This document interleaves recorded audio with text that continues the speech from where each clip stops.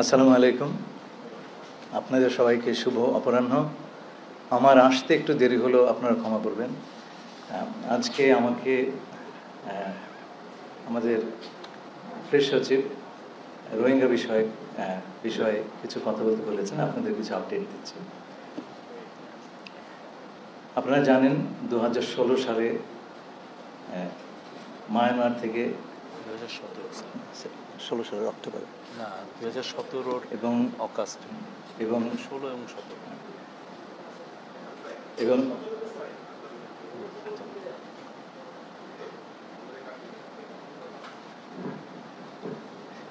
এবং আজ অব্দি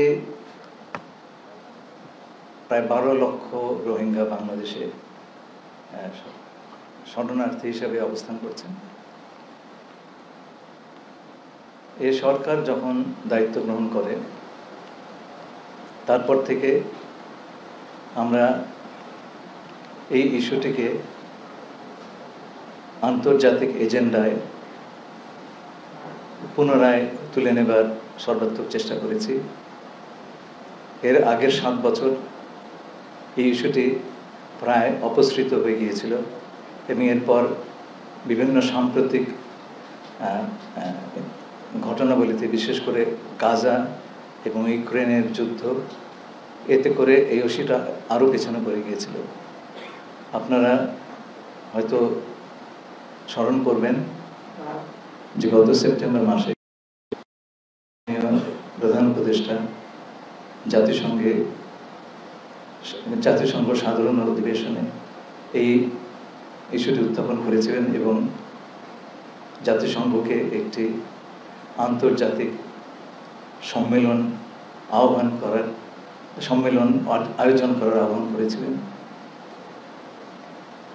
সেটা তিনি করেছেন সেপ্টেম্বর মাসে এবং আমরা অত্যন্ত আনন্দিত হয়েছি যে আন্তর্জাতিক সম্প্রদায় এতে সোৎসাহে সাড়া দিয়েছে এবং গত সাধারণ অধিবেশনে জাতিসংঘ এই বিষয়ে একটি উচ্চ পর্যায়ের আন্তর্জাতিক সম্মেলনের সিদ্ধান্ত নিয়েছিল। মোট 106টি দেশ এই সিদ্ধান্ত কো-স্পন্সর করে এবং সিদ্ধান্তটি সর্বসম্মতিক্রমে গৃহীত হয়। একটি জাতিগোষ্ঠীকে নিয়ে একটি পরিপূর্ণ জাতিসংঘের সম্মেলন আয়োজন করা একটা অত্যন্ত বিরল উদাহরণ। সেই কাজটি আমরা সম্পন্ন করতে পেরেছি। আগামী 30শে সেপ্টেম্বর জাতিসংঘ সচিবালয়ে এই সম্মেলনটি অনুষ্ঠিত হবে। আমাদের দ্বিতীয় যে বিষয়টি আমাদের সামনে আমরা বিবেচনা করেছি সেটা হচ্ছে এই সমস্যার সমাধান কি। আমরা প্রথম থেকে ভেবেছি এই সমস্যার সমাধান রোহিঙ্গাদের মায়ানমারে প্রত্যাবর্তন করা, প্রত্যাবাসনই এই সমস্যার সমাধান। আন্তর্জাতিক সম্প্রদায়ের সঙ্গে নিরলসভাবে কাজ করেছি এবং আমি আনন্দিত যে এই ব্যাপারে আমরা এখন একটা আন্তর্জাতিক কনসেনসাসে পৌঁছেছি। আপনারা জানেন জাতিসংঘের মহাসচিব তিনি এসেছিলেন মার্চ মাসে এবং তিনি দ্ব্যর্থহীনভাবে বলে গেছেন যে এই সমস্যার সমাধান কেবলমাত্র মিয়ানমারে রোহিঙ্গাদের প্রত্যাবাসন। তৃতীয় যে কাজটি আমাদের সামনে ছিল সেটা হচ্ছে প্রত্যাবাসনের প্রথম যে পদক্ষেপ, মানে কারা ফেরত যাবেন সেই সম্পর্কে একটা মায়ানমার সরকারের থেকে সিদ্ধান্ত নিয়ে আসা। 2017 সালে বাংলাদেশের সঙ্গে মায়ানমারের একটি চুক্তি স্বাক্ষরিত হয় এবং তারপর আমরা 8 লক্ষ রোহিঙ্গাদের নাম কয়েক দফায় মায়ানমার সরকারের কাছে পাঠাই ভেরিফিকেশনের জন্য। গত 8 বছর ধরে এই ভেরিফিকেশনের ব্যাপারে কোনো অগ্রগতি আমরা দেখতে পাইনি। গত ফেব্রুয়ারিতে মায়ানমার জান্তা প্রধানের স্পেশাল এনভয়, তার সঙ্গে আমার দ্বিপাক্ষিক বৈঠক হয় এবং তাতে তারা প্রথমবারের মতো ইঙ্গিত করেন যে এই 8 লক্ষ রোহিঙ্গাদের মধ্যে 2.5 লক্ষের ভেরিফিকেশনের কাজ তারা, এবং এর মধ্যে 1,80,000 তারা প্রত্যাবাসনযোগ্য হিসেবে নির্ণীত করেছেন। আর বাকি 70,000-এর সমস্যা ছিল ছবি এবং কিছু তথ্য নিয়ে, সেগুলো তারা আমাদের সঙ্গে বসে নিরসন করবেন। এই সিদ্ধান্তটি বিমস্টেক বৈঠকের গত মাসে আমি এবং মিয়ানমারের উপপ্রধানমন্ত্রী এবং পররাষ্ট্রমন্ত্রী যৌথভাবে এটা আমরা অ্যানাউন্স করি। এর ফলে আমরা প্রত্যাবাসনযোগ্য রোহিঙ্গাদের প্রথম তালিকা লাভ করি। কাজ গত 7-8 মাসে সম্পন্ন করেছি, যেটা আগের 7 বছরে হয়নি। এগুলো ছিল প্রত্যাবাসনের জন্য অত্যন্ত জরুরি কাজ। এরপর হচ্ছে প্রত্যাবাসন প্রক্রিয়া, আপনি কিভাবে পাঠাবেন, এবং সেখানে আপনাকে যে বাস্তবতাটা আমরা মুখোমুখি হয়েছে সেটা বিচার করতে হবে। সেটা হচ্ছে মায়ানমার সরকারের দখলে প্রায় 90% রাখাইন আর নেই। এটার অধিকার নিয়ে নিয়েছেন আরাকান আর্মি, এবং আরাকান আর্মি এবং সেই সাথে মায়ানমার সরকারের সঙ্গে আলোচনা করে এই প্রত্যাবাসন প্রক্রিয়া শুরু করা সম্ভব। সেই আলোচনা আমরা একই সমান্তরালে চালু করেছি, আলোচনা চলছে। আমাদেরকে আরাকান আর্মি সুস্পষ্টভাবে বলেছে যে রোহিঙ্গাদের ফেরত নেওয়াটা তাদের একটা প্রিন্সিপাল পজিশন। মায়ানমার সরকারও উল্লেখ করেছেন। যে কথাটি আমাদেরকে আরাকান আর্মি বলেছে তা হলো, পরিস্থিতি অনুকূল হলে তারা এই প্রত্যাবাসনের উদ্যোগ নেবেন। আপনারা জানেন আরাকানের যুদ্ধাবস্থা এখনো নিরসন হয়নি, এবং এই বিষয়ে আমরা দুপক্ষের সঙ্গে কথা বলেছি এবং আমরা কিছু অগ্রগতি অর্জন করেছি। একই সঙ্গে আমরা দেখেছি মায়ানমারে, বিশেষ করে রাখাইন অঞ্চলে এক ব্যাপক খাদ্যাভাব, ওষুধের অভাব, এবং এবং ইউএনডিপি রিপোর্ট অনুযায়ী সেখানে এক ধরনের মানবিক সংকট, ভয়াবহ মানবিক সংকট দেখা দিয়েছে। আমাদের একটা আশঙ্কা হচ্ছে এই অবস্থাতে খাবার না পেয়ে, ওষুধ না পেয়ে লোকজন চলে আসতে পারে। বিশেষ করে রোহিঙ্গারা, যারা সবচেয়ে ভালনারেবল অবস্থায় আছেন, তাদেরই আবার চলে আসার প্রবণতা বেশি হতে পারে। আমরা ইতিমধ্যে 12 লক্ষ রোহিঙ্গার ভার বহন করছি প্রায় 8 বছর ধরে। আমরা আমাদের সীমার বাইরে চলে এসেছি, আমার এই ভার ধারণের যে সীমা তার বাইরে চলে এসেছি, এবং অতিরিক্ত কোনো শরণার্থী অ্যাকসেপ্ট করা আমাদের জন্য সম্ভব নয়, এবং আমরা সেটা করতে চাই না। দ্বিতীয়ত, খাদ্য সংকটে রাখাইন সম্প্রদায়ের লোকজনও বিভিন্ন সময়ে আমাদের সীমান্তে এসে খাদ্য এবং ঔষধের সহায়তা চেয়েছেন, এবং তারা যদি আসা শুরু করেন তাহলে তো বিরাট এক সংখ্যায় নতুন ধরনের শরণার্থীর মুখোমুখি আমাদের হতে হবে। আমরা সেটা অ্যাভয়েড করতে জাতিসংঘ কার্যক্রম যেটা মায়ানমারে চলছে সেটা রাখাইনে আর চলা সম্ভব নেই, এই কারণে যে যুদ্ধাবস্থার কারণে মানবিক যে কোনো প্রকার ত্রাণ সম্ভব হচ্ছে না। আপনারা জানেন জাতিসংঘ মহাসচিব গত মার্চ মাসে বাংলাদেশে এসে আমাদেরকে বললেন যে আমরা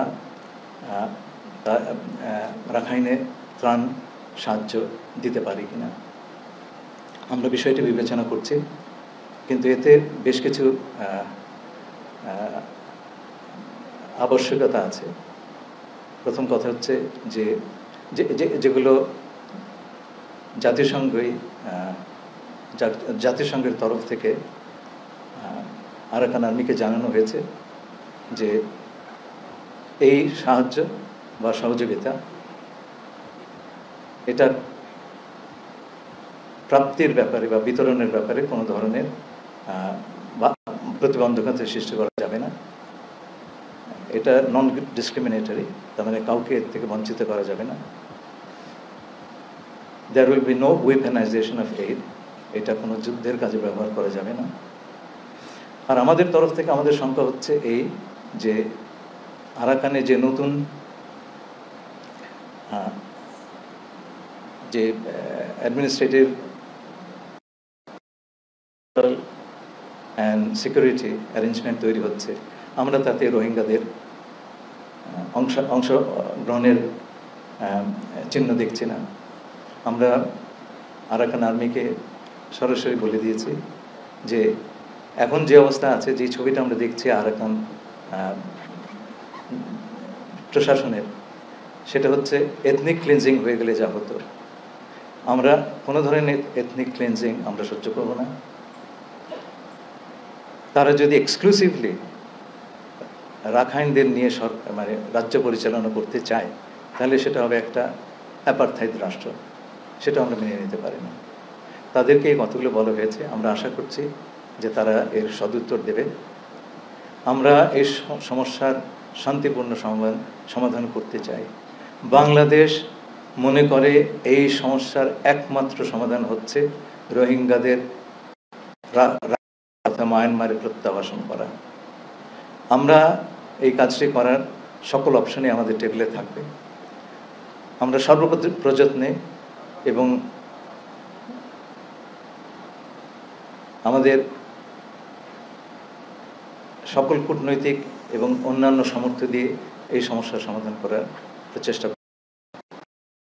আমি জানি মায়ানমারে জাতিসংঘের সাহায্য নিয়ে বাংলাদেশে একটা করিডোর দেওয়ার কথা যে গুজবটা উঠেছে, আমি দ্ব্যর্থহীনভাবে বলে দিচ্ছি, করিডোর নিয়ে আমাদের সঙ্গে কথা হয় নাই এবং কারোর সঙ্গে কথা হবে না। করিডোরের ব্যাপারটা বুঝতে হবে। করিডোর হচ্ছে একটা ইমার্জেন্সির সময় এক দুর্যোগপূর্ণ জায়গা থেকে মানুষকে সরিয়ে নেওয়ার ব্যবস্থা।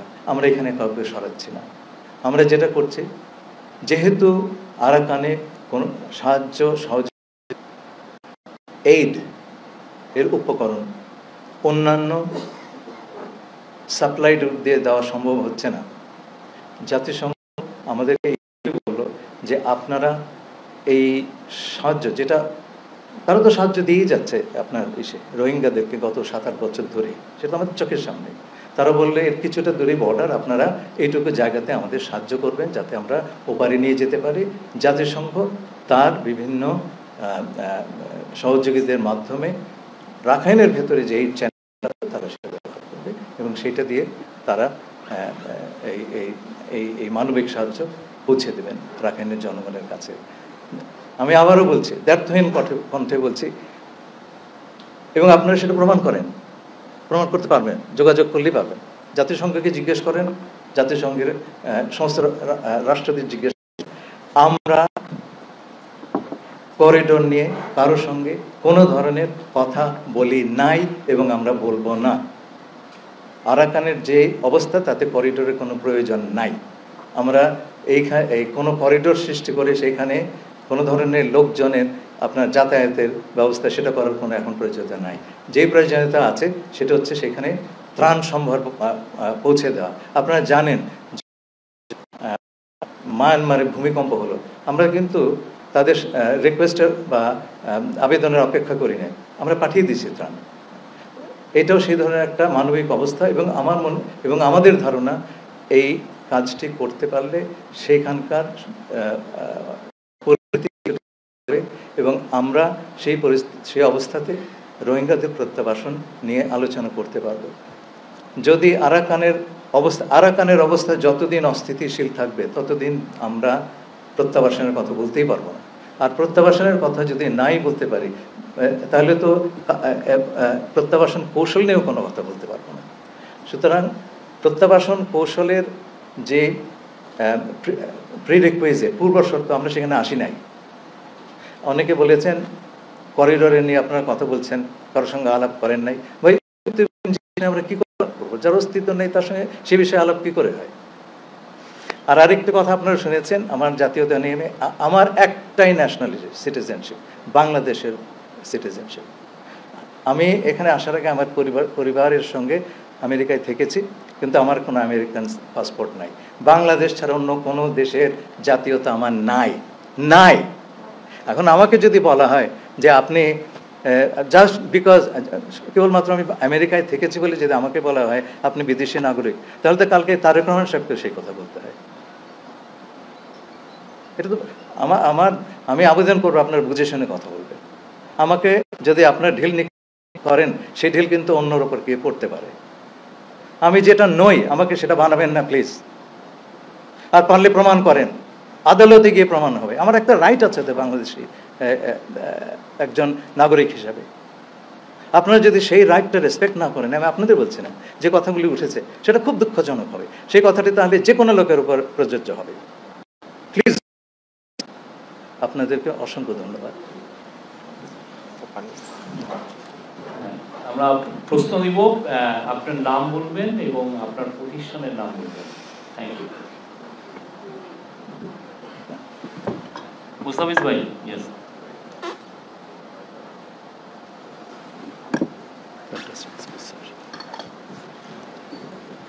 বলতে থাকেন মুস্তাফিজ ভাই। আমি শুনছি।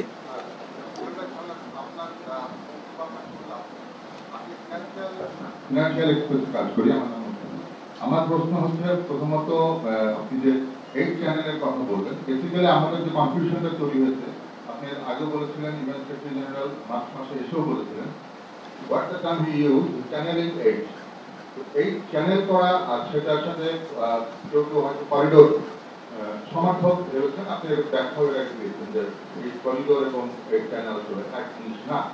কিন্তু এখানে আমার প্রশ্ন হচ্ছে যে এই যেহেতু রাখাইনের সাথে বাংলাদেশ ছাড়াও আপনি জানেন যে ইন্ডিয়ারও সীমান্ত আছে, বা সেক্ষেত্রে ইন্ডিয়ার সাথে ইউএনের কোনো যোগাযোগ হয়েছে কিনা, ভারতকে ছিল কিনা, সেটা একটা মাধ্যম হতে পারে মিজোরাম দিয়ে যাওয়া।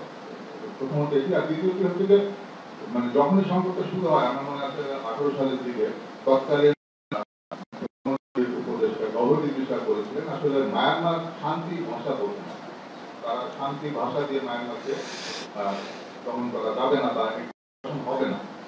এবং আপনার এটাও মনে আছে যে 2019 সালের দিকে সিনেটের ফরেন রিলেশনস কমিটির চেয়ারম্যান ইউএস সিনেটের হিয়ারিং সময় বলেছিলেন যে যদি ইউএনএ সাউথ সুদানকে আলাদা করার জন্য ইউএন ম্যান্ডেট দিতে পারে সাউথ সুদানিজদের জন্য, তো সেক্ষেত্রে রাখাইনদের জন্য আলাদা একটা রাখাইন ল্যান্ড কেন করা যায়?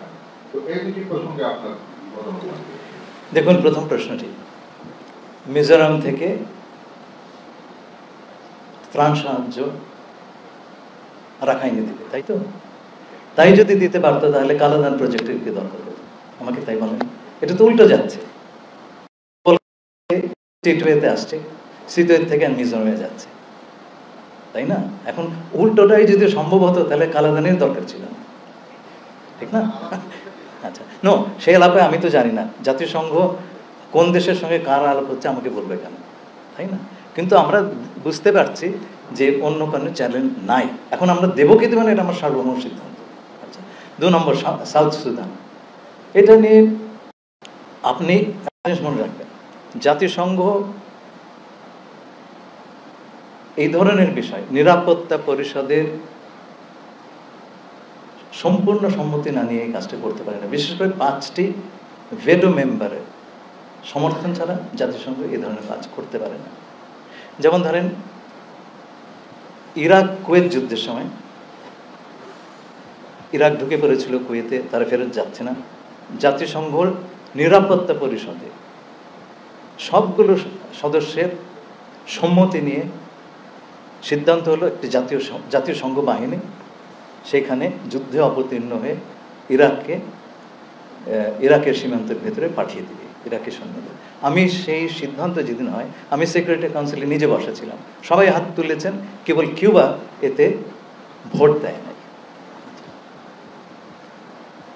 জাতিসংঘ কখনই এই ধরনের কেসে নিরাপত্তা পরিষদের সম্পূর্ণ সমর্থন ছাড়া কিছু করতে পারবে না।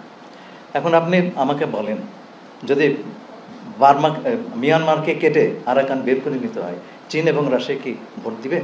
তাদের তো দুইটা ভেটো আছে। নিরাপত্তা পরিষদে এই বিষয়ে একটা প্রস্তাব গ্রহণের চেষ্টা বেশ কিছু দেশ করছিল, কিন্তু চীন রাশিয়া এটাতে একেবারে সম্মত না। আমি বলছি না রাখাইনকে কেটে দাও, আমি বলছি রাখাইনের যে মানবিক অবস্থা সেইটা নিয়ে একটা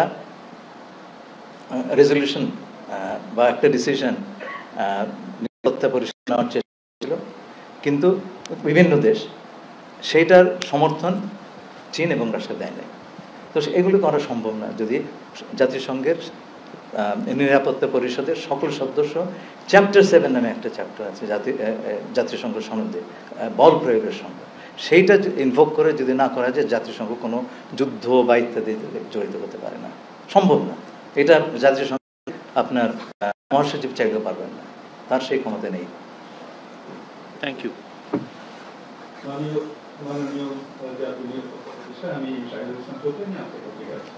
আমার দুটো ছোট প্রশ্ন। একটা হলো যে সাধারণভাবে যে তথ্যটা আছে যে এখানে যুক্তরাষ্ট্র সহ পশ্চিমা বিভিন্ন চাপ আছে যাতে দ্রুত আপনার এই পাঠানোর যে চ্যানেলটা এটা চালু হয়। সরকার খুব তাড়াহুড়ো করে চাপের মুখে কোনো সিদ্ধান্ত নিচ্ছে কিনা। দ্বিতীয় যে প্রশ্নটি আমি বুঝতে চাই সেটা হলো যে আপনি মাত্র সিকিউরিটি কাউন্সিলের কথা বলেছেন, এই বিষয়টি কি আপনার সিকিউরিটি কাউন্সিলের সমর্থন দরকার হবে কিনা বা সিদ্ধান্ত দরকার হবে কিনা? ধন্যবাদ। প্রথম কথা হচ্ছে আমেরিকা কেন, আমরা কারো চাপের মধ্যেই নাই, আমরা কারো চাপের মধ্যে নেই, কেউ আমাদের কোনো চাপটা দিচ্ছে না।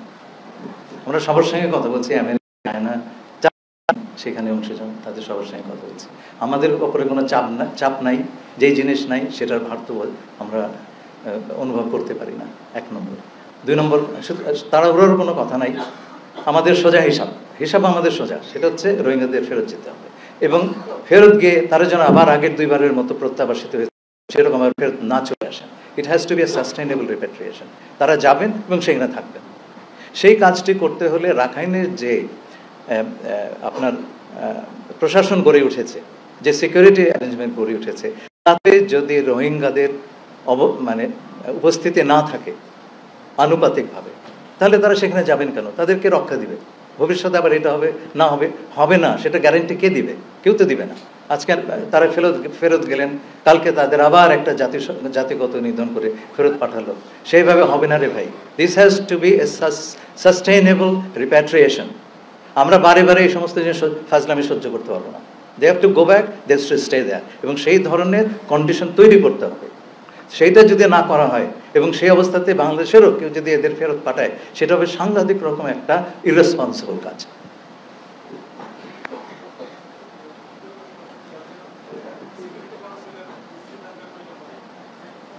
না, দেখুন, আপনি করিডোর করতে চাইলে লাগবে। আর আপনি যদি মনে করেন যে না, মিয়ানমার আরাকান আর্মি তারা বললো যে ঠিক আছে ভাই, আমরা বিপদে পড়েছি, আমাদের দুটো সাহায্য দাও, তোমাদের বাংলাদেশ আপনাদের ছাড়ার কোনো রুট নাই, আপনারা কেবল বর্ডারটা পার করে দেবেন, আমরা সবাই অ্যাগ্রিমেন্টে আছি, তখন সেটা আমরা বিবেচনা করবো। কিন্তু সেটা বললেই তো হবে না রে ভাই। আরাকান আর্মিকে তো তার ঘরটা গোছাতে হবে। যদি এর মধ্যে বসে থাকে, অ্যাপারথাইড রাষ্ট্র কায়েম করতে চায়, আমরা কেন সাহায্য দিব রে ভাই? প্রশ্নই ওঠে না। মিশু,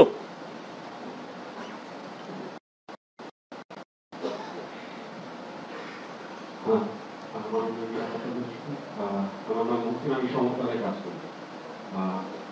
আমার মূলত আপনার ইন্টারভিউ করা উচিত, তবে আমি খুব ছোট করে কিছু প্রশ্ন করছি। না, একটা দুইটার বেশি, অনেকে কোশ্চেন আছে, প্লিজ। খুবই পররাষ্ট্র উপদেষ্টা বলেছিলেন যে একটা সিদ্ধান্ত নিয়েছে সরকার, তো এই নীতিগত সিদ্ধান্ত কি আমরা আদৌ নিয়েছি কি নিয়ে, এটি আপনি ক্লিয়ার করবেন। এটি একটা। জাতিসংঘের সাথে আমার যখন কথা হয়েছিল তখন তারা বলেছিল যে এরকম একটা চ্যানেল বা ক্রস বর্ডার অ্যারেঞ্জমেন্ট, যেহেতু তারা করিডোর বলছে না, ক্রস বর্ডার অ্যারেঞ্জমেন্টের জন্য আরাকান, মিয়ানমার, বাংলাদেশ সম্মতি প্রয়োজন। এখন সবার যদি সম্মতি প্রয়োজন হয়েই থাকে, তাহলে মিয়ানমার গভর্নমেন্ট কেন হচ্ছে যে তাদের অভ্যন্তরীণ দিয়ে হচ্ছে যে প্রাণ দিচ্ছে না কেন? আর তাও যদি সম্ভব না হয়, তাহলে তৃতীয় পক্ষে এখন মিয়ানমার সরকারের অধীনে আছে, সেখান থেকে কেন দিচ্ছে না? কেন সেটা বাংলাদেশের ভিতর থেকে নিতে হবে? এই এভিনিউ গুলো আপনারা হচ্ছেন যে চেক করে দেখেছেন কিনা, এটি একটি প্রশ্ন। প্রথম কোশ্চেনটা ছিল হলো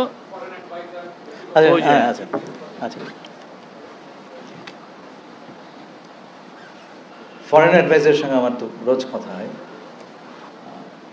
উনি যেটা বলেছিলেন, উনি করিডোর শব্দটা ব্যবহার করেই কিন্তু নিজেকে কারেক্ট করেছিলেন, পাথওয়ে বলেছেন। উনি that was a slip of tongue and you have to give him that. আমার স্লিপ হতে পারে, কিন্তু উনি কারেক্ট করেছিলেন এবং সেই কথাটি আর কখনোই বলেন নাই, এটা কিন্তু খেয়াল করবেন। হ্যাঁ, 2 নম্বর কথা হচ্ছে যে নীতিগত সিদ্ধান্ত হচ্ছে আমরা বিবেচনা করব, এর বাইরে না। আমাদের সব কিছুই দেখতে হবে। আমাদের ভূখণ্ড ছাড়া অন্যভাবে যদি দেওয়া যায় তাহলে সেভাবে যাবে। মিয়ানমারে পর্যন্ত যুদ্ধের কারণে কোনো জায়গা খুলতে চায়নি, তাদের জন্য একটা ট্যাকটিক্যাল বা স্ট্র্যাটেজিক সমস্যা হতে পারে। এখন তারা যদি খুলতে না চায়, আমরা তো জোর করে খোলাতে পারবো না, তাই না? আমার তো স্বার্থ আছে। যদি দলে দলে লোক না খেয়ে আমার ঘরে ঢুকে যায় তো মুশকিলের কথা। তো আমরা বলছি এইটা হবে আমাদের টার্মসে, আমাদের জাতীয় স্বার্থ রক্ষা করে। যদি আরাকান আর্মি, আবারও বলছে, আরাকান আর্মি যদি এথনিক ক্লিনজিং এর পলিসি তারা চালিয়ে যায়, আরাকান আর্মি রাষ্ট্র সৃষ্টির প্রয়াস করে, আমরা যদি তার ইঙ্গিত দেখি, তাদের সঙ্গে আমাদের কোনো ব্যবসা বাণিজ্য নাই ভাই, হিসাব সিধা। মুস্তাফিজ।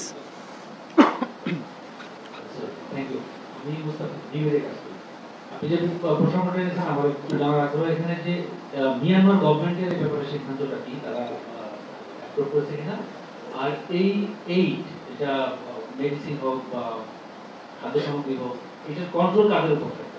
আর বাংলাদেশের অনেকেই সিকিউরিটি এক্সপার্টরা বলেছেন এখানে একটা আশঙ্কা থাকে Bangladesh going to be a part to the conflict. এটা আসলে কত সত্য? Thank you. শুনুন, আপনাদেরকে সবিনয় একটা কথা বলতে চাই, সব কিছুই কিন্তু পাবলিক ডিপ্লোমেসির ব্যাপার নয়। কোনো রাষ্ট্রই সব কিছু ডিসক্লোজ করবে না। আপনারা যদি দেখেন সাহায্য সেখানে যাচ্ছে, তাহলে ধরে নেবেন দুই পক্ষের সম্মতি আছে, আপনি ধরে নেবেন। তাছাড়া আমরাও দিব না, তারাও নেবে না, জাতিসংঘের মধ্যে যাবে না, এটা মনে রাখবেন। জাতীয় সংঘ হচ্ছে 190টারও বেশি দেশের সংগঠন, তারা এই সমস্ত অ্যাডভেঞ্চারে যায় না, আপনি কোথাও দেখাতে পারবেন না। এক। আর দ্বিতীয় আপনার প্রশ্নটি কি ছিল? কন্ট্রোল। আচ্ছা, এই পুরো কন্ট্রোল জাতীয় সংঘের, তারা পুরোটার দায়িত্ব নিচ্ছেন, এমনকি ওপারে গিয়ে যে সেফটি সিকিউরিটি, এটা তাদের দায়িত্ব। আমাদের কাজটা হচ্ছে এই বর্ডারটা হচ্ছে একটা পোরাস বর্ডার, সেখানে নানা রকম জিনিস হয়। আমরা চেষ্টা করব বর্ডার কন্ট্রোলটা করতে, যাতে করে তারা জিনিসটা ওপারে নিয়ে যেতে পারে নিরাপদে। এবং আমাদের দেখতে হবে এই প্রক্রিয়াতে কোনো মাদক যাওয়া আসা করছে কিনা, অস্ত্রশস্ত্র যাওয়া আসা করছে না, সেই সিকিউরিটির জিনিসগুলো তো আমাদের দেখতেই হবে, তাই না? আমরা তো কাউকে ফ্রি পাস দিতে পারি না, কোনো সম্ভাবনা নেই। আমরা শুনেন, দুই পক্ষ যদি রাজি হয়, এটা আপনার একটা ভেবেই দেখেন না, একটা যুক্তি দিয়ে দেখেন। দুই পক্ষ যদি রাজি হয় যে ভাই আমি বিপদে আছি, আমাকে একটু সাহায্য করো, সম্মতি নিয়ে যাচ্ছে, কনফ্লিক্টটা কি করে যায়? আর কনফ্লিক্ট না থামলে তো আমরা যাবই না। আমরা দুপক্ষকে বলেছি যে যদি আরাকান আর্মি তার সশস্ত্র কর্মকাণ্ড ওই সময়টুকুতে বন্ধ না করে, এবং মিয়ানমার বিমান বাহিনী যদি এয়ার স্ট্রাইক বন্ধ না করে, কোনো এইড আমাদের এখান থেকে যাবে না। এটা পরিষ্কার করে বলে দেওয়া হয়েছে, এবং এইটা আমি বারে বারে কিন্তু বলেছি, আপনারা ছেপেছেন অনেকে। Any question from this part?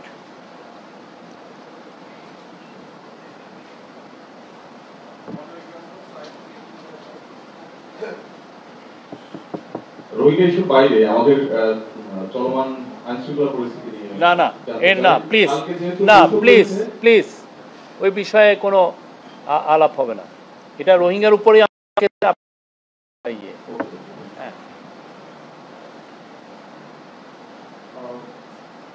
আমি পরিমল পাবনা ডিএসআর থেকে।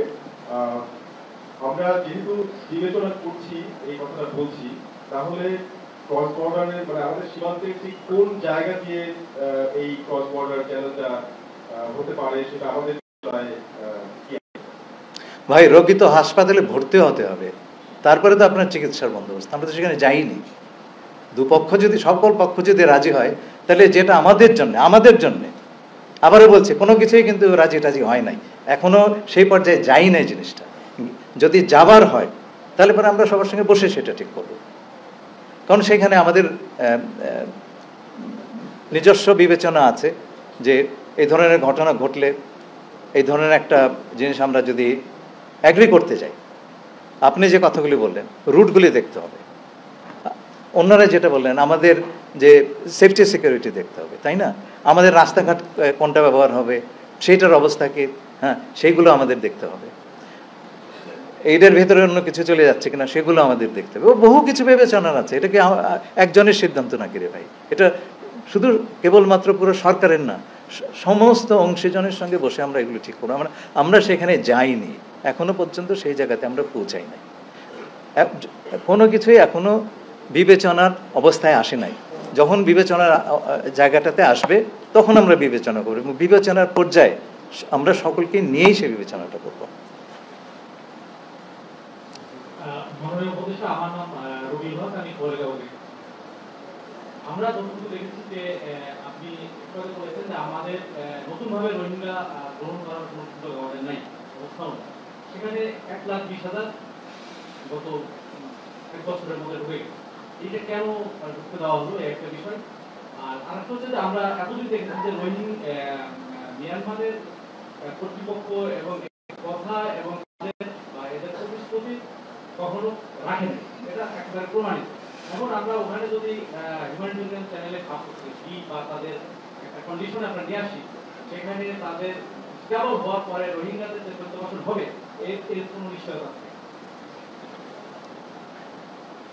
এই যে আপনি যে না প্লিজ উত্তর আপনি তারপরে আচ্ছা, আপনার প্রথম কথাটি 1923 সালের থেকে 1924 সালের জুলাই আগস্ট পর্যন্ত সবচেয়ে বেশি সংখ্যক লোক এসছেন যুদ্ধকালীন অবস্থার কারণে, নিরাপত্তাহীনতার কারণে তারা এসছেন 2023 থেকে 2024 সালের মাঝে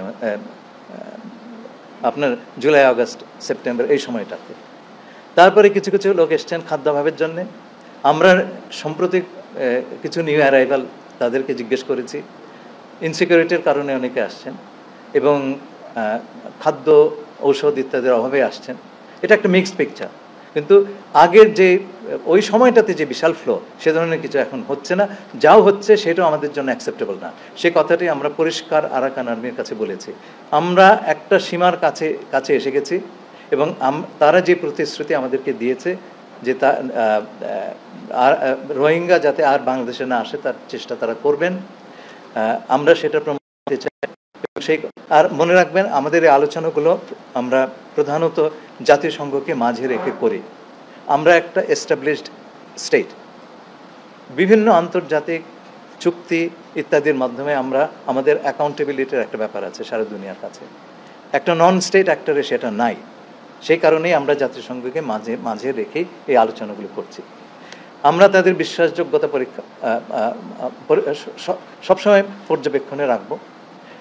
যখন আপনি যে কোনো একটা আলাপে যান, আমি কোনো কারো সম্পর্কে ঢালাও মন্তব্য করতে চাই না। যতক্ষণ না পর্যন্ত বিশ্বাস ভঙ্গের কারণ দেখছি ততক্ষণ পর্যন্ত আমরা কাউকে বিশ্বাস ভঙ্গকারী বলবো না। এইভাবে নেগোসিয়েশন হয় না।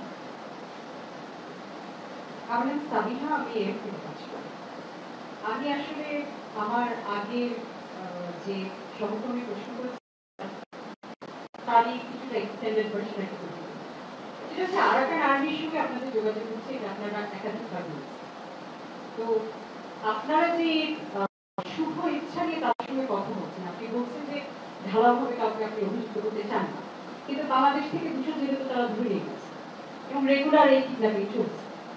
আর দ্বিতীয়ত হচ্ছে যে আগের মতো ইনফ্লাক্স নাই, তার কারণ রোহিঙ্গাই তো নাই, এখন তো 3-3.5 লাখ আছে, তার মধ্যে আইডিপি আছে 2012 জন, বেশিরভাগ তো অলরেডি বাংলাদেশে চলে এসেছে। তো আপনি এনশিওর করবেন কিভাবে যে আরাকান আর্মির যে হোক বা প্রশাসন সেখানে সত্যিকার অর্থে রোহিঙ্গাদের রিপ্রেজেন্টেশন করতে এরকম কোনো চুক্তি কি আপনাদের মধ্যে হবে যে তারা আমাদের এখান থেকে এই বাল্য ফেরত নেবে, এরকম কোনো নিশ্চয়তা পাবেন কিনা? আর দ্বিতীয়ত হচ্ছে যে আমরা বিভিন্ন আসলে সার্কুলেটিং অনেক ধরনের গুজব যে এই হিউম্যানিটেরিয়ান এইড চ্যানেল নিয়ে আপনাদের সঙ্গে সেনাবাহিনী খুব। দ্বিতীয়টা আমি বলছি একেবারেই গুজব, সেনাবাহিনীর সঙ্গে আমাদের কোনো পার্থক্য নেই।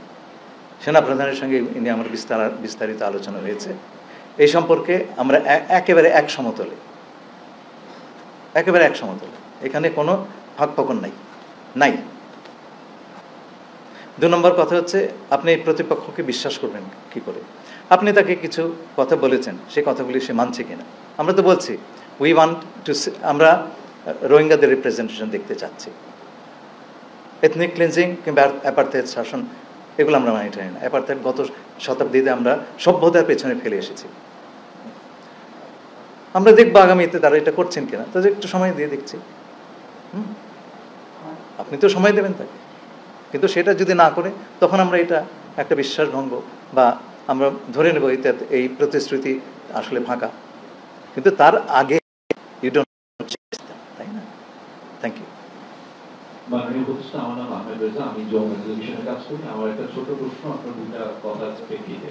একটা হচ্ছে আপনি বলেছেন যে অংশীজনদের সিদ্ধান্তে, সকল অংশীজনদের সিদ্ধান্তের প্রেক্ষিতে আপনারা সিদ্ধান্ত নেবেন, এবং শেষ যে প্রশ্নটির উত্তরটি আপনি দিলেন যে সেনাবাহিনীর সাথে আপনাদের কোনো ধরনের মতবিরোধ নাই, বিশেষ করে করিডোর ইস্যুতে।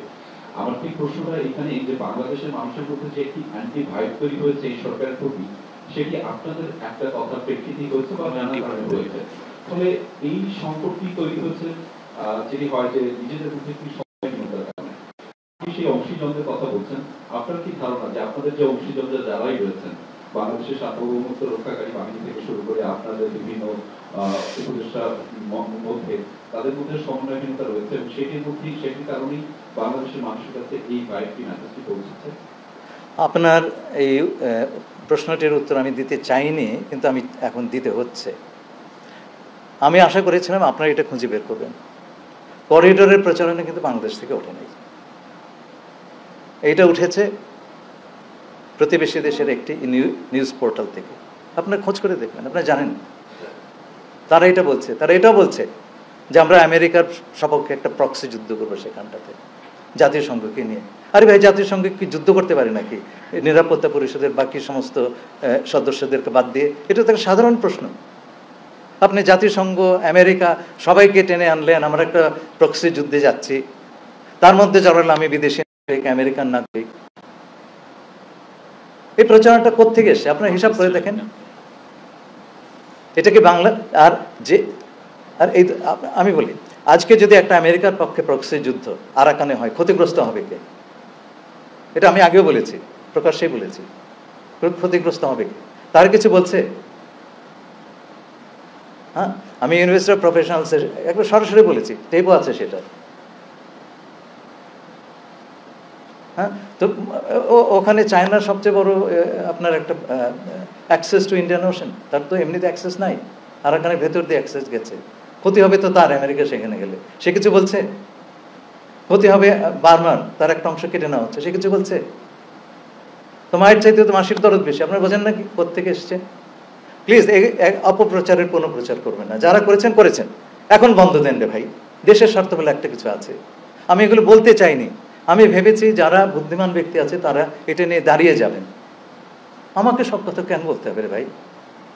সরকার সব কথা বলবে কেন? আমাদের তো এই কথাটা বলাটাও তো আমার জন্য সমীচীন নয়, কিন্তু আমাকে বলালেন। সরকারের ভেতরে আমার ফরেন অফিসের সঙ্গে আমার I coordinate with Foreign Office on every issue. আর সেনাবাহিনীর সঙ্গে আমি খুব ক্লোজলি কাজ করি, খুব ক্লোজলি কাজ করি। দেখেন ভয়াবহ অবস্থা। আমি গেলাম এপ্রিল রোহিঙ্গা ক্যাম্পে, এর পরের সপ্তাহে কাতারে আপনার রোহিঙ্গা রাউন্ড টেবল, সেখানে আমি রোহিঙ্গাদের মনোভাবটা জানতে গেছিলাম। ফেরার পথে রামু ক্যান্টনমেন্ট পরে সেখানকার কমান্ডার জেনারেল মিনহাজ আমাকে বললেন যে স্যার আপনি যদি আমার পাশ দিয়ে যাচ্ছেন এক বেলা চা খেয়ে যেতেন। আমি গেলাম, কারণ 1 লক্ষ এই যে রোহিঙ্গা নিয়ে যে ইফতার হলো, আমার এই কাজটাতে উনি খুব সাহায্য করেছেন। আমি ওনার সঙ্গে চা খেয়ে আধা ঘন্টা ছিলাম, বেরিয়ে গেছি।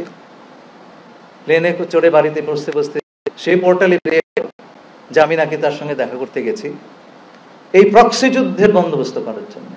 ভাই কি অবস্থায় আছে আপনারা বোঝেন? কতগুলো চোখ আমাদেরকে প্রতিনিয়ত তাড়া করে, এর অবস্থাতে আমাদের কাজ করতে হয়।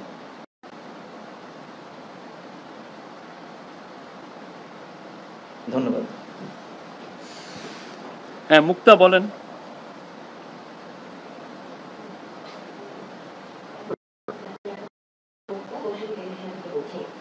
আপনার লাস্ট যে উত্তরটা সেটা দিয়ে আমি কোশ্চেন করতে চাই যে আপনি মিয়ানমার যদিও আমাদের প্রতিবেশী, তারপরে হচ্ছে রোহিঙ্গাদের আমরা ভার বহন করছি 8 বছর। হচ্ছে যে আমরা মিয়ানমারকে বিশ্বাস করতে চাই। গেল 8 বছরও কিন্তু আমরা এটাই দেখেছি যে বিগতের সরকারও কিন্তু বলেছে যে আমরা বিশ্বাস করতে চাই রোহিঙ্গারা প্রত্যাবাসন, এবং টাইম তারা দিয়েছে যে রোহিঙ্গা প্রত্যাবাসন করে 2018 সালে যে চুক্তিটা হয়েছে সেই চুক্তিতেও বলেছিল ফেব্রুয়ারিতে তাদের ফিরে যাওয়ার কথা ছিল, তখন আমরা দেখেছি ফেরত যায়নি। এখন পর্যন্ত একজন রোহিঙ্গাকে আমরা ফেরত পাঠাতে পারিনি। আপনিও বলছেন তাদেরকে বিশ্বাসের কথা। প্রশ্নটা করেন প্লিজ। এই ক্ষেত্রে আমি একটু জানতে চাই বিশ্বাসের টাইমটা আসলে কতদিনে আমরা রোহিঙ্গাদের ফেরত পাঠাতে পারবো, এটা একটা কোশ্চেন। আরেকটা হচ্ছে আপনি যেটা বলছেন যে এই চ্যানেলে আসলে কোনো ধরনের মাত্র কথা হয়েছে, এটা নিয়ে কোথায় রুট হবে, কে আসলে দেখবে, এটা নিয়ে তেমন কোনো আলোচনা হয়নি। তার মানে এটা কি জাতিসংঘ শুধু মুখে মুখে প্রস্তাব দিয়েছে কিনা, এটার হচ্ছে অবস্থা কি, তারা কি লিখিত কোনো প্রস্তাব দিয়েছে কিনা? আর জাতিসংঘের সঙ্গে কথা হয়েছে, তারা বলেছে যে আমরা বোধ পক্ষের সঙ্গে কথা বলে দেন হচ্ছে সিদ্ধান্ত নেওয়া হবে। এইটা আসলে কোন পর্যায়ে আছে, যে কোন দিকে রুট হবে, কার তত্ত্বাবধান হবে, কিংবা কোনো কিছুই এখন পর্যন্ত ঠিক হয়নি। এই বিষয়টা যদি একটু স্পষ্ট করতেন, কোন পর্যায়ে আসলে আছে। আচ্ছা, আপনার প্রথম প্রশ্নের জবাব দিই। আপনি কি সত্যি সত্যি মনে করেন যে আমরা দায়িত্ব নেওয়ার আগে there was any serious effort on the part of the government of Bangladesh to resolve this issue? বাংলাদেশের তরফ থেকে এমন কোনো বিশ্বাসযোগ্য উদ্যোগ নেওয়া হয়েছিল কিনা 7 বছরে রোহিঙ্গাদের প্রত্যাবাসনে? ইস্যুটা তো মরেই গেছিল ভাই, ইস্যুটা মরে গেছিল, সেটাকে টেনে তুলতে হয়েছে। এমনি এমনি ইউনাইটেড নেশনস দিয়ে দিবে? কতটুকু শ্রম ব্যয় করতে হয় বোঝার চেষ্টা করেন।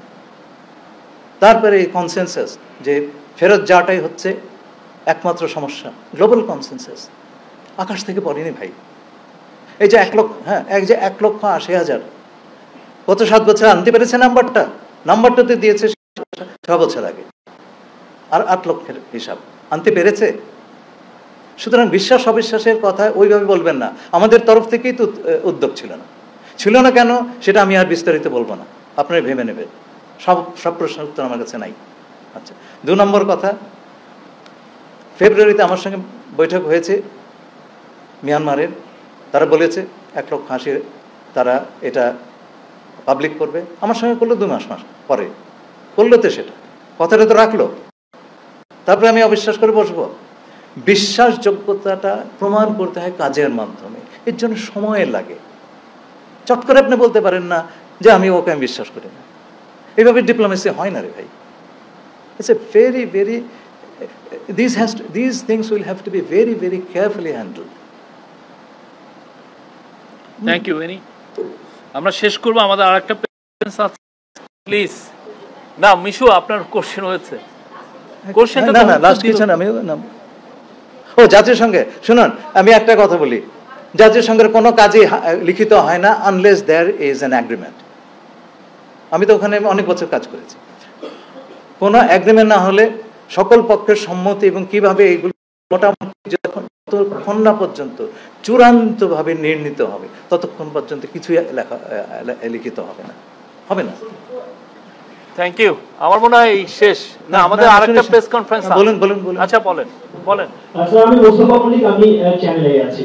দীর্ঘদিন ধরে পরিচিত প্রশ্ন করলেই ফিরে যাবে না সেটা আমি করছি, কিন্তু গোয়েন্দা সংস্থার স্পষ্ট কিছু প্রত্যেক বছরই তারা রিপোর্ট দেয়। আমাদের পার্বত্য অঞ্চলের কমপক্ষে 2জন উপজেলা চেয়ারম্যান আছে যারা আসলে তাদের পূর্বপুরুষ বাংলাদেশে এসেছিল, তারা রোহিঙ্গা, এবং এখন তারা সরাসরি রাজনীতির সঙ্গে অংশ নিয়েছে।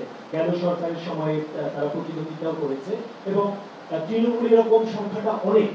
এবং আমাদের যেমন আদমশুমারি হয়, জনশুমারি হয়, আপনি প্রশ্নটা করেন প্লিজ। ওদের হয় না। অর্থাৎ আপনারা যে একটা ফিগার দিচ্ছেন 12 লক্ষ, ভেতরে কি আসলে 12 লক্ষ আছে নাকি সারা দেশে তারা ছড়িয়ে গেছে? মানে এটা কতটা জটিল ক্রাইসিসের মধ্যে আমরা আছি, এই বিষয়টা যদি একটু বলতেন। আমি যেটা জানি যে তারা এখন তো বরগুনায়ও চলে গেছে, পূর্বখালীতেও চলে গেছে, আসলে অবস্থাটা কি? দেখুন, রোহিঙ্গাদের সংখ্যা কত এটা রেজিস্ট্রেশন এবং এটার বায়োমেট্রিক্স ডেটা ভেরিফিকেশন এটা করে UNHCR, তারা সেটা করে থাকেন। এবং রোহিঙ্গারা এখন এটা কিন্তু 12 লক্ষ লোক একটা ক্যাম্পের ভেতরে থাকে। সেই ক্যাম্প থেকে 2-4 জন যদি বেরিয়ে যায়, কোথাও চলে যায়, সেটা নিরূপণ করা আমাদের জন্য কঠিন। এবং যেটা হয়েছে খুব দুঃখজনক, যেটা UNHCR এর সঙ্গে আমাদের একটা MOU ছিল, এখনও আছে, মেমোরেন্ডাম অফ আন্ডারস্ট্যান্ডিং। তাতে বলা হয়েছে রোহিঙ্গাদের যে বায়োমেট্রিক ডেটা, ছবি, এগুলোর মালিক হচ্ছে বাংলাদেশ এবং UNHCR, কাস্টোডিয়ান হচ্ছে বাংলাদেশ এবং UNHCR। 7 বছর ধরে আমরা যে মালিকানা দাবি করি নাই, UNHCR এর কাছ থেকে আমরা কোনো ডেটাই চাই নাই। ইলেকশন কমিশনের সঙ্গে আমার আলাপ হলো, আমি তাদের জিজ্ঞেস করলাম আপনাদের ডেটা বেজের সঙ্গে রোহিঙ্গা ডেটা বেজের যোগাযোগ আছে কিনা। তারা বললেন এই কথা তো কেউ বলে নাই। এটা না হলে পরে আপনি কি করে জানবেন জাতীয় পরিচয়পত্রে রোহিঙ্গা নাই? আপনি কি করে বলবেন পাসপোর্ট নিয়ে যায়নি বা ভোটার লিস্টে নাম ওঠে নাই? এই কাজই তো করে নাই ভাই। এখন সেই কাজটা আমরা শুরু করেছি। এখন এই বায়োমেট্রিক ডেটা যেটা বলেছি আমরা, সেটা মালিক, and we are sovereign, you are not. Data দিতে হবে, ডেটা দিয়ে এখন তারা দেবে। সেই ডাটাটা আমরা উপযুক্তভাবে, ভাই দেশের ভেতরে যে কী অবস্থা বলে বোঝাতে পারবো না। This is one of the problems, right? কেউ এটা নিয়ে কথা বলে না। আমি আপনাকে ধন্যবাদ দিচ্ছি, আপনি বললেন, এটাও আমাদের নিরসন করতে হচ্ছে। এখন এই ডেটা বেস, আমাদের ডেটা বেস, তখন আমরা বুঝতে পারবো যে এটা যদি ইন্টারঅপারেবল হয়, আমরা সঙ্গে সঙ্গে বুঝতে পারবো যে আমাদের জাতীয়, মানে রোহিঙ্গা বেজের কোনো কিছু আমাদের জাতীয় ডেটা বেজে ঢুকে গেছে কিনা আমরা বের করে ফেলবো। তখন ইটস ভেরি সিম্পল। কিন্তু এই কাজটি হয় না। মিশু আবার নিচ্ছি, আবার একটা কোশ্চেন। একটাই কোশ্চেন ছোট, সেটা হচ্ছে যে আপনি বলছিলেন যে সেখানে একটা ফেমিন লাইফ সিচুয়েশনের কারণে আমাদের বর্ডারে ইতিমধ্যে হচ্ছে যে বেশ কিছু রাখাইনি বা অন্যান্য জাতিগোষ্ঠীর লোকজন এসেছে, প্লাস হচ্ছে একটা আসার সম্ভাবনা আছে। তো আমার কোশ্চেনটা হচ্ছে যে আমরা দেখি যে প্রতি বছর জিআরপি ঘোষণা করা হয় খুব হঠাৎ করে, সেইখানে জাতিসংঘ এখন পর্যন্ত গত 8 বছরে কখনোই সম্পূর্ণ ফান্ড জোগাড় করতে পারেনি। তো রাখাইনে ওইখানকার মানুষদের জন্য যে তারা যে ত্রাণটি নিয়ে যাবে সেটা সম্পূর্ণ দিতে পারবে কিনা, আমার উদ্বেগের জায়গাটি হচ্ছে যে যদি তারা প্রপার ত্রাণ সেখানে দিতে না পারে, তাহলে দেখা যাবে যে উৎস থেকে ত্রাণ আসছে সেই দিকে ওই দিককার মানুষগুলো ছুটে চলে আসবে। এই বিষয়টি আপনারা বিবেচনা নিয়েছেন? একটি পয়সা বাংলাদেশ, একটি পয়সা আমাদের ভাগ থেকে যাবে না। আমাদের জিআরপিতে যেটা বলা আছে, একটি পয়সা থেকে যাবে না। রোহিঙ্গা ঋণের ত্রাণের সামান্যতম অংশ ওখানে যাবে না। It's a completely different arrangement. যদি হয়, এটা কিন্তু বিশাল এক যদি। আর 2 নম্বর জিআরপির কথা বলে যে না ভাই, এইগুলি এত তো আমরা এখনো বলতে পারবো না। কি আমরা সেখানে যাইনি তো রে ভাই, আসল জিনিসটাই হয় নাই। বাচ্চাই জন্মায় নাই, আপনি তাকে বোতল দুধ খাওয়াবেন, হয়নি তো। ওকে, থ্যাংক ইউ ভেরি মাচ।